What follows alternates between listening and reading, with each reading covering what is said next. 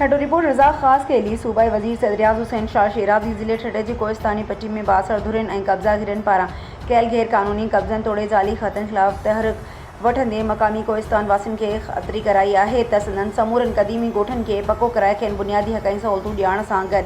संदनि अबाणी ज़मीननि खे पिणु कब्ज़ागिरनि खां बचाए खेनि पंहिंजा घुर्बल हक़ ॾियारिया वेंदा।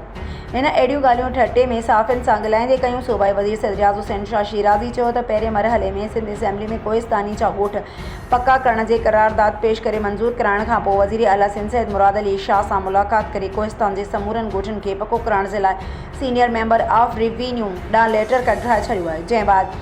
सर्वे कराए कोहिस्तान जे समूरनि ॻोठनि खे पको कराए खेनि मालिकाना हक़ ॾियारे खेनि परेशानी खां बचायो वेंदो। सूबाई वज़ीर सदरियाज़ हुसैन शाह शिराज़ी पारां अहिड़ा बहितर क़दम खणण ते कोहिस्तान वासियुनि में ख़ुशीअ जी लहर छायल आहे। जिन सिंध हुकूमत समेत सूबाई वज़ीर सदरियाज़ हुसैन शाह शिराज़ी जो थोरो मञींदे चयो आहे त साणनि सूबाई वज़ीर सदरियाज़ हुसैन शाह शिराज़ी वाइदो कयो हो त हू कोहिस्तान जे समूरनि ॻोठनि खे पको कराए खेनि मालिकाना हक़ ॾियारींदो,